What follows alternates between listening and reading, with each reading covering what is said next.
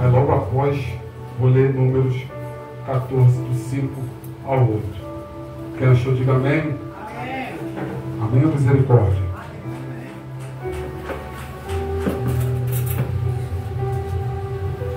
Capítulo 2, verso 23 ao 25, diz assim: E aconteceu, ao passar do tempo, que o rei do Egito morreu. E os filhos de Israel suspiraram por causa da servidão.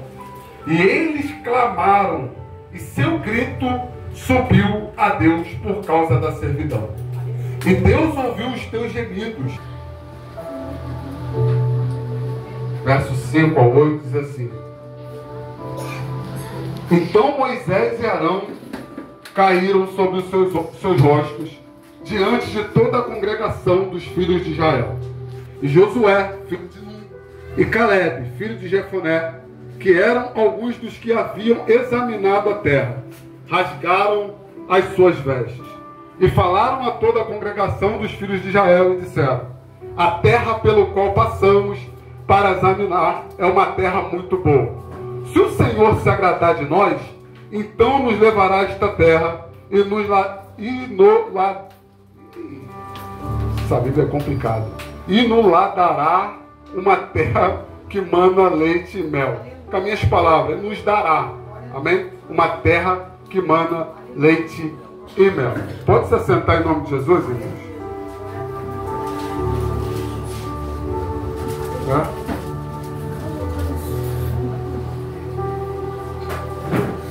Nula. A Bíblia também do presbítero também está assim. Está nula. Noladará. Falando línguas estranhas, noladará. Certo? Eu acho que a tradução deve ter escrito errado na hora do manuscrito lá, de escrever. Deve ter escrevido errado. Acho que eles queriam colocar e nos dará. Certo? Seria o certo. Mas enfim. Amém, irmãos? Irmãos, eu costumo dizer, e eu vou dizer mais uma vez, que todas as vezes que nós entrarmos por essas portas, nós temos que redobrar a atenção. Eu sei que é complicado, eu sei que é desgastante, é cansativo, o dia a dia tem sido complicado, muitas das vezes com as tarefas de casa, muitas das vezes com o trabalho, para quem trabalha fora, com filhos, marido. Eu sei que tudo isso é muito complicado, sem falar as batalhas espirituais que nós enfrentamos, as nossas obrigações espirituais, como a de Daniel, que o presbítero trouxe, de orar durante o dia, de jejuar, de ler a palavra. Eu sei que os dias são difíceis. Porém, todas as vezes que nós entrarmos por essa porta, ou de qualquer outra igreja, nós devemos lançar sobre Deus todas as nossas preocupações, todas as nossas ansiedades, lançar sobre o Senhor, se assentar bonitinho nessa cadeirinha aí e se atentar para o que Deus quer falar para nós. Muitas das vezes, irmãos, não recebemos da parte do Senhor, entramos por essa porta e saímos da mesma maneira. Por quê? Porque não se atentamos para o que Deus quer falar. Não entendemos. O pior de tudo, que muitas das vezes nós escutamos, só que não ouvimos e não compreendemos num todo o que Deus quer falar. Eu costumo, irmãos, pegar essa caroninha com o presbítero João Samuel, que ele fala que o culto ele é uma montagem de quebra-cabeça. Você pega o início, você pega o meio, você pega o fim, faz uma completude e entende o que Deus quer falar. E se você parar para observar, irmão, você vai entender que Deus está falando o culto todo, sobre clamor, sobre oração, sobre pedir, sobre colocar a cara no pó. Certo? Ou errado? Se você parar um pouquinho, um minutinho que eu vou te dar 30 segundos para você lembrar. E realmente, varão, a pastora falou de clamor, a nossa irmã ali, na hora da oportunidade do almoço, só vou orar. Olha que coisa. Missionária Neide, lamentações, clamor, oração. Então, você pode observar que o culto todo está falando de clamor, de oração. Amém? Bem verdade que eu vim com essa palavra pronta de casa, desde manhã. Então não foi uma coisa que eu ouvi falando de clamor aqui no culto, peguei aqui uma palavra agora, certo? Preparei aqui um sermão rapidinho, um esboço, e estou trazendo para o povo. Não, negativo. A palavra, ela está pronta desde manhã. É só um complemento nessa noite e uma confirmação. E dentro dessa palavra, irmão, nós entendemos nessa noite, eu já quero tematizar essa mensagem de hoje. Eu gosto de colocar um tema para poder ficar mais fácil para a compreensão dos irmãos. Os irmãos não chegarem aqui, vai para casa boiando. Eu faço até esse teste, eu costumo dizer que eu faço até esse teste. Pergunto a minha irmã Zuleika, minha mãe no caso, eu pergunto para ela, irmã Zuleika, o que a senhora entendeu do culto hoje? Ela fala, não entendi muita coisa não. Foi falado tantas coisas, pregação pá, pregação tum, eu não consegui entender. Mas quando se tem um tema, eu percebi que quando se tem um tema, ela consegue entender melhor. Eu pergunto, irmã Zuleika, o que a senhora entendeu da palavra de hoje? Ela vai lá e bate no ponto certinho. Entendi isso, ó, primeiro ponto, segundo ponto, direitinho. Então eu gosto de tematizar para facilitar a vida dos irmãos. E o tema da mensagem de hoje, que eu coloquei aqui pela manhã, fazendo esse esboço, é: para entrar na terra prometida, tem que ter o espírito de Josué e Caleb. Nós sabemos, irmão, que nessa vida nós passamos por muitas lutas, muitas dificuldades, tribulações, certo? Só que nós temos uma promessa. E toda promessa, para a gente alcançar a promessa, para a gente chegar até ela, no rumo, no caminho até ela, tem esses processos, tem as adversidades, tem o choro, tem as lutas, tem as perseguições. E se nós olharmos para a Bíblia, todos aqui sabem que para Jesus sentar à destra de Deus, ele teve que passar processos nessa terra. Ele teve que passar por tribulações. Ele teve que orar, ele teve que jejuar, ele teve que renunciar à sua carne, seus desejos. Ele teve que fazer curas, milagres, prodígios. Ele teve que passar pela cruz. Ele teve que ser crucificado. Ele teve que morrer, irmãos, para se assentar à destra de Deus. Não foi uma coisa que ele chegou, desceu do céu, não fez nada e se assentou à destra de Deus. Não, irmãos. Ele teve que passar por processo. Eu poderia citar aqui vários outros personagens, irmãos, como foi falado aqui pela missionária Neide. Jeremias, irmão, passou por processos para se assentar, para agradar a Deus, e está hoje, eu creio, à destra de Deus lá no céu, irmãos. Nós também vemos que Paulo passou por perseguições, passou por lutas, adversidades, irmão. E ele diz: combati um bom combate, encerrei a carreira, guardei a fé. Então, muitas das vezes, irmãos, tem os crentes que não querem passar por perseguições, não querem passar por lutas, não querem passar por adversidades, para alcançar a promessa que Deus tem para mim e para você. Eu creio nessa noite, irmão, que muitos aqui têm promessas. Eu creio que nessa noite que Deus já deve ter usado profetas para falar: ó, Deus vai fazer isso na sua vida. Jesus manda eu te dizer que Ele vai realizar isso e isso e isso. Porém, no meio da caminhada, eu não vou mentir para você, eu não vou ser omisso, eu não vou entregar chave para você nessa noite, eu não vou pregar a teologia da prosperidade, eu vou dizer para você uma verdade, irmão, até porque eu não sou bajulador, eu não bato no seu ombrinho uma falsa amizade, eu não vou bajular, não vou, irmão, massagear o seu ego. Eu vou falar para você nessa noite que até você alcançar essas promessas, tem as perseguições, tem as adversidades, tem as lutas, irmãos, tem os processos rumo à promessa, irmão. Verdade, Jesus. Aleluia, Deus. Oh, glória. Nós olhamos aqui, irmãos, e nós observamos que em Êxodo, alguns historiadores irão dizer que o povo ficou lá 400 anos.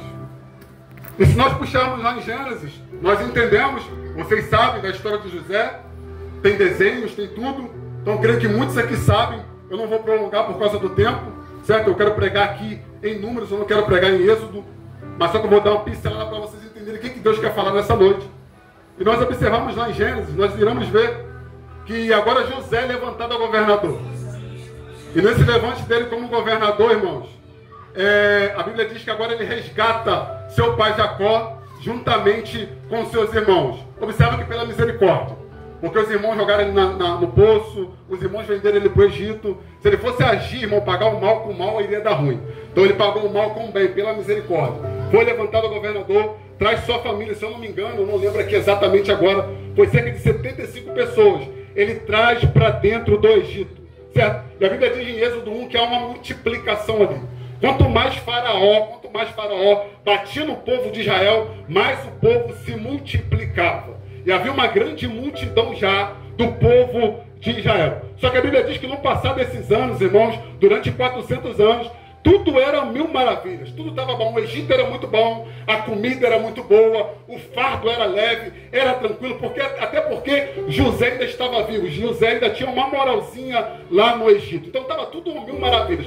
Só que no decorrer do ano José morre e vai levantando outros reis, ou seja, outros faraós, no lugar um dos outros. E a Bíblia diz que agora ele levanta um faraó, a qual começa a oprimir o povo. E a Bíblia diz que agora uma escravidão, uma servidão muito ruim. Um fardo que era leve, agora se tornou pesado. O fardo que era tranquilo, agora se tornou pesado. Faraó começa a oprimir o povo, a colocar um fardo pesado sobre o povo. E a Bíblia diz, em Êxodo capítulo 2, versículo 3, 23, que agora o povo geme, pastor Jean. Agora o povo clama: Senhor, não estamos aguentando mais. Está difícil ficar nesse Egito. No início era mil maravilhas. No início a gente sorria. No início a gente comia. No início era tudo de bom, tudo do melhor. Porém agora o negócio está estreito. Senhor, precisamos de ajuda. Senhor, ajuda-nos a sair desse Egito. Intercede aí, Senhor, interfere aí por nós. Entra nessa causa, entra nessa providência. Nos dá vitória, Jesus. A Bíblia diz, irmãos, em Salmos, que Deus não rejeita um coração quebrantado.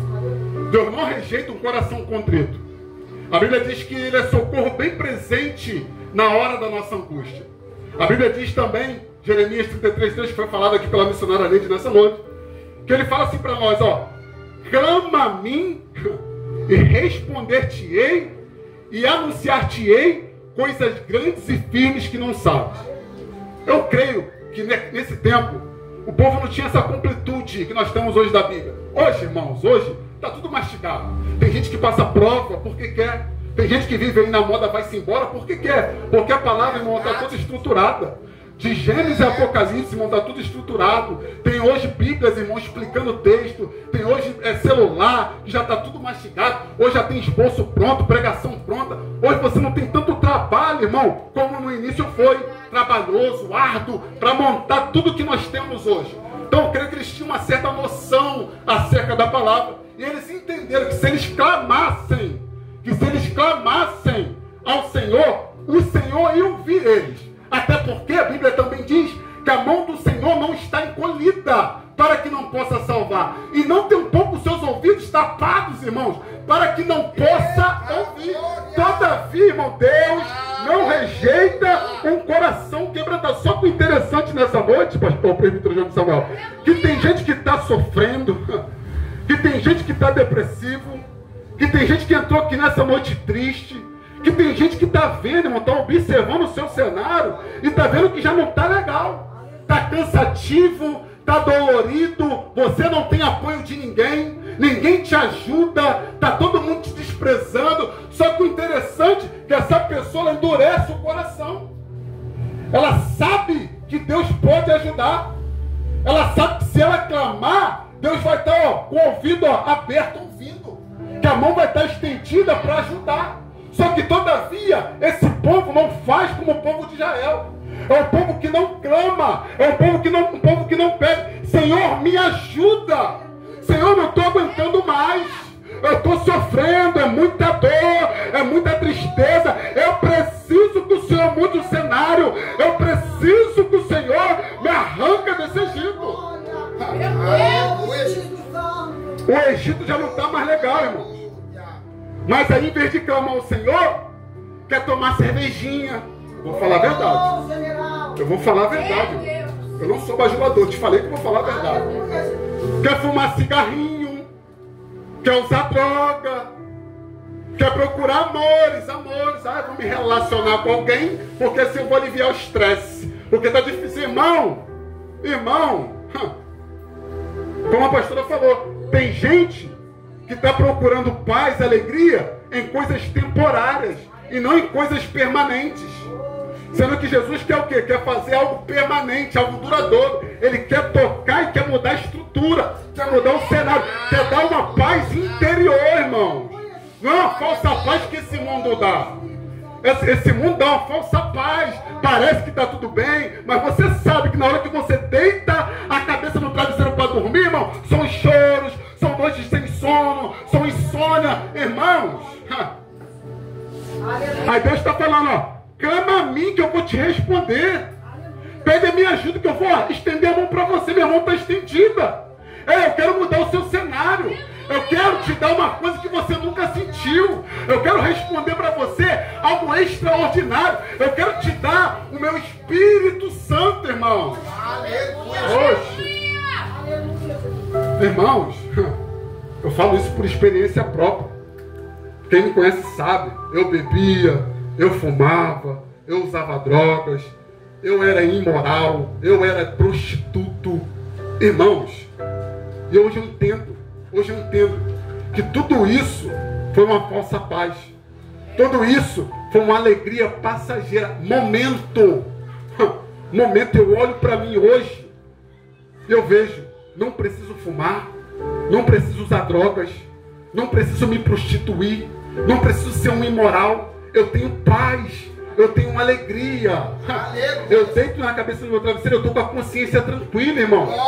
A pior coisa que tem, irmãos, nessa noite, é você deitar a cabeça no travesseiro, irmão, e você ficar pensando, se Jesus voltar. Pastor Jean pregou lindamente ontem.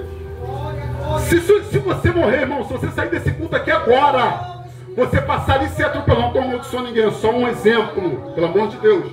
Você ser atropelado na porta da igreja e morrer, irmão. Para onde a sua alma vai? Quando se fala de céu e inferno, quando você deita para dormir, como está a sua consciência? Está tranquilo, irmão? Eu vou falar para você, irmãos, eu ficava na balada, eu olhava assim, ó. Falava, esse lugar não é para mim. Porque antes de eu ir para o mundo, eu já tinha lido o Apocalipse 3 vezes. E eu ficava remoendo aquilo. Eu ia para o baile, mas eu ficava, caramba, Apocalipse. Será que vai ser quando esse Apocalipse? Estou aqui bebendo ainda, eu preciso colocar minha casa em ordem. E ficava, irmão, de verdade, remoendo. Falei, caraca, consciência pesada, deitava pensando, caramba, se Jesus voltar vai dar ruim para mim. Vou pro inferno, o Apocalipse falou pro inferno e vai dar ruim. Irmãos, nessa noite Deus está falando, clama a Ele. Ele quer te ajudar, irmãos. Ele quer estender a mão para você. A Bíblia diz que agora, por eles gemerem, clamarem ao Senhor, Deus vai lá e levanta Moisés, o libertador, irmãos. E o libertador vai lá, vou resumir aqui por causa da hora, irmãos. Vai lá e faz a vontade de Deus, tira o povo do Egito através do Mar Vermelho que se abriu, certo? E vai para o deserto. E nós entendemos, irmão, que deserto é lugar de aprendizado. Deserto é lugar para a gente aprender, irmãos. A Bíblia diz em 2 Timóteo, capítulo 3, versículo 16, que a Bíblia, a palavra de Deus, é inerrante, é infalível, é a nossa regra de fé e de prática. Verdade. A Bíblia diz, irmão, Mateus 11, versículo 28, Jesus falando assim, ó, vinde a mim todos que estão cansados e oprimidos, e eu vos aliviarei. Aí vou resumir, aprendei de mim que sou manso e humilde, irmão. Aleluia. A Bíblia diz em Gálatas 5, versículo 13, irmão, que muitas das vezes a gente confunde liberdade com libertinagem. Meu Deus. Sendo que Deus tirou o povo do Egito para o deserto para aprender. Então, se é para aprender, tem regra, tem prática. E vai aprender de uma forma diferente. No Egito está aprendendo com o faraó. No Egito era o rei oprimindo o povo. Só que agora no deserto é Jesus, irmão. E Jesus, ele lidera de forma diferente. A lição dele é simples, é humilde, irmão. Ele age com humildade de coração. É com fardo leve, não é pesado, irmão. No Egito o fardo é pesado. No deserto o fardo é leve, irmão. Só que o povo estava confundindo liberdade com libertinagem, irmão. Meu Deus! Porque quer fazer o que quer. Está no deserto, vai viver de providência. Está no deserto, tem que orar. Está no deserto, tem que jejuar. Está no deserto, tem que ler a palavra. Está no deserto, vai beber água da rocha. Está no deserto, vai comer cordonices. Está no deserto, vai comer maná. No deserto é fazer como Deus quer. Só que era um povo chato, irmão. Um povo murmurador que só reclamava. Todavia Deus estava fazendo, todavia Deus estava operando, estava realizando prodígios, milagres. Olha aí, minha mão está com vocês, vocês estão comigo. É coluna de fogo de noite, é nuvem tampando no dia. Todavia eu estou realizando, eu estou fazendo, protegendo vocês, eu estou com vocês, mas vocês não querem aprender. Oi, irmão. Querem fazer o que querem, não é assim. Então no deserto é para aprender, é para passar do deserto, chegar na promessa, mas com aprendizado. doutrinado, com regra, com prática. Não com libertinagem. Eu faço o que eu quero, na hora que eu quero. Eu oro a hora que eu quero. Eu não tenho liderança, eu não tenho pastor. Pastor não me manda. Eu não vou para a igreja, eu não vou para a escola bíblica dominical. Eu faço o que eu quero, na hora que eu quero. Quando eu quiser, conforme eu quero, da minha forma, e não da forma que me ensina. Não é da forma que a palavra diz. Ô irmão, está confundindo liberdade do pecado com libertinagem. Está usando a liberdade de forma errada, irmão. Meu Deus. Aí Deus está falando, aprenda. Faça a vontade dele. Porque deserto é lugar de aprendizado. E o povo estava murmurando. Para eu ir para o final. E o povo estava murmurando, irmãos. A Bíblia diz que agora Moisés e Arão levantam 12 espias. E os 12 espias vão até a terra prometida, que eu li em Números 14, e espia a terra que mandava leite e mel. A promessa. Só que quando eles voltam, eles trazem um relatório. Aí pega Moisés, pega Arão, pega o relatório, está aqui, ó, relatório. Os 12 espias. Relatório, ó. Na terra tem pêssego, com as minhas palavras, tá, irmãos? Na terra tem pêssego, na terra tem uva, na terra tem maçã, na terra tem melancia, tem laranja, tem verduras, tem legumes. Meu Deus. A terra é padrão, manda leite e mel. Só que os 10 espias, com espírito diferente, irmão, com espírito de covardia, com espírito de medo, irmão, covarde. Tem medo, sabe aqueles crentes que você bate o pé assim e já se assusta?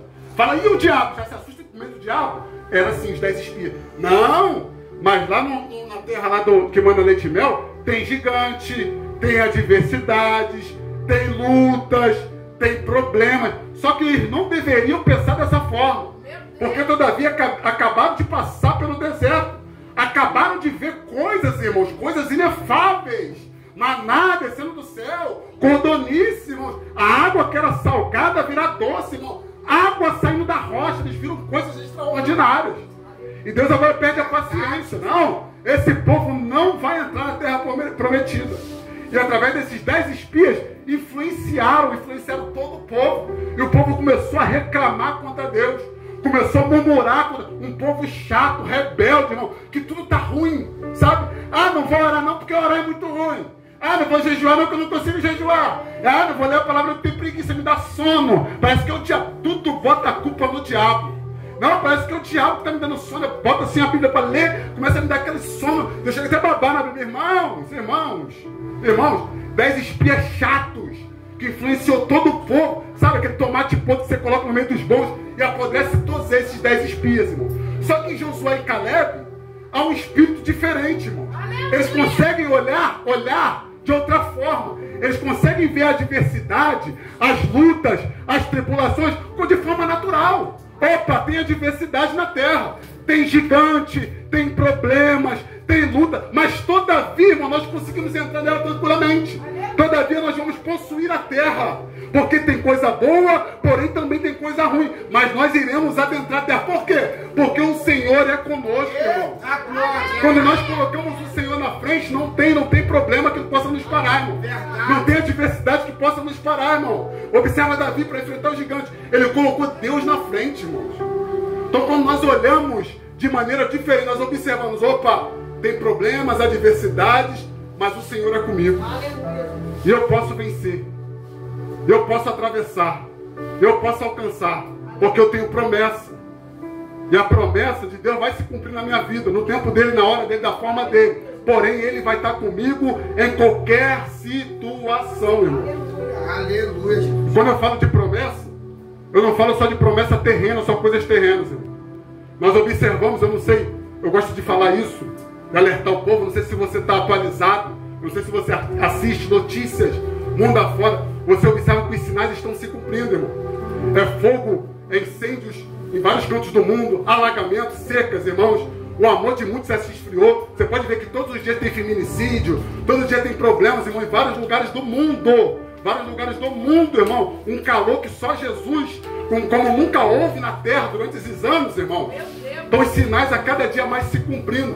E é tempo, irmãos, é tempo de nós focarmos em Jesus, irmão. Nós estarmos com Jesus no meio dessas adversidades, para alcançarmos a promessa maior, irmão, que é a vida eterna.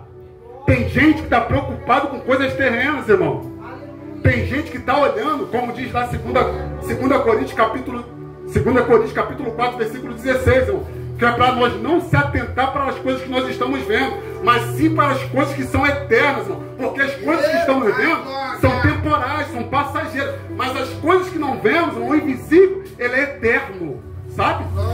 Aí ele fala, ó, não desfaleça na fé, permaneça firme. Paulo ensina, não, permaneça firme, não desfaleça, para que você venha alcançar a vida eterna. Então, para de focar, irmão, nas coisas terrenas. É passageiro.